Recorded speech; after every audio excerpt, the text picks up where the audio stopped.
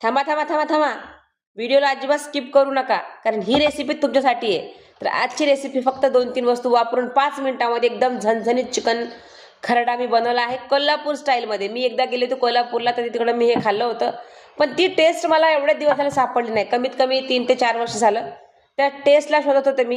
पण काल असं सहज त्या दिवशी शोरमा ज्या दिवशी बनवला मी, त्या दिवशी सहज वाटलं की आज तसं बनवून ट्राय करते.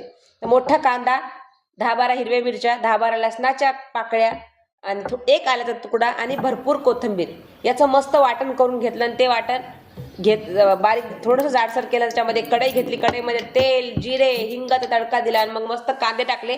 कांद्यांना छान कलर होईपर्यंत भाजून घेतलं आणि त्यामध्ये हे टाकला काय आपलं जे वाटण केलं होतं, आणि त्या वाटणाला पण छान असा खमंग वास सुटेपर्यंत भाजून घ्यायचं. ते भाजते तोपर्यंत तुम्हाला मी काही गोष्टी शेअर करते मी, कारण आता जेव्हापासून यूट्यूबला आले किंवा मी याच्या अगोदर पण खूप सारे बिझनेस केले, हर्बल लाईफ केलं, अजून वेगवेगळ्या कंपनीमध्ये मी काम केलं, भरपूर स्कूलमध्ये जॉब केलं, पण सगळ्या ठिकाणी मला एकच कळलं, जर आपण कुणाबद्दल प्रामाणिक आहे, विश्वास ठेवला, तरच आपण त्या फील्डमध्ये ग्रो करतो.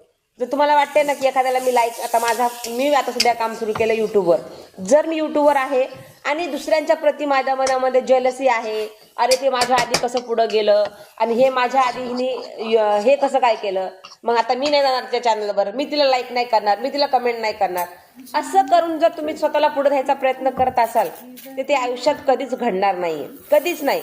जेव्हा मी तुम्हाला साथ देते तर तुम्ही मला साथ दिली तर एकामेकाच्या साह्यानं आपण पुढे जाणार आहोत. जर तुम्ही मला मागं खेचून तुम्ही पुढे जायचा प्रयत्न केला तर तसं कधीच शक्य होणार नाही.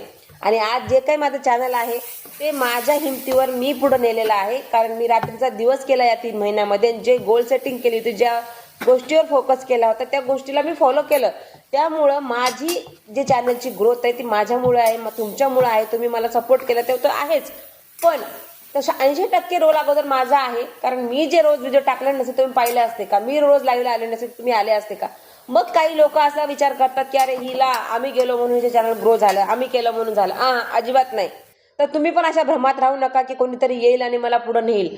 तुम्हाला स्वतःलाच पुढे जावं लागेल, तुम्हालाच कष्ट करावे लागेल, मेहनत करावी लागेल आणि कन्सिस्टन्सी खूप गरजेची याच्यामध्ये. जर तुमची कन्सिस्टन्सी नसेल, तुम्हाला जर असं वाटलं आमोशाला एक व्हिडिओ, पौर्णिमेला एक व्हिडिओ आणि माझं चॅनल ग्रो करावं, आयुष्यात नाही तुमचं चॅनल कधी ग्रो करणार. आणि दुसऱ्यांवर डोळा ठेवणं किंवा त्याला पुढे न जाऊ देणं हे चुकीचं आहे. मला तर असं वाटतं तुमच्या पण आयुष्यात असे काही लोक असतील तर अशा लोकांपासून लांब राहा आणि तुमच्या स्वतःच्याच लाईफमध्ये लक्ष द्या आणि ग्रो करा. तर हे मस्त असं चिकन खरडून झालं, मस्त झालं आणि मग वरून भरपूर कोथिंबीर कट करून टाकली आणि तुमचा चिकन खरडा रेडी आहे. तर मग या खायला, चला.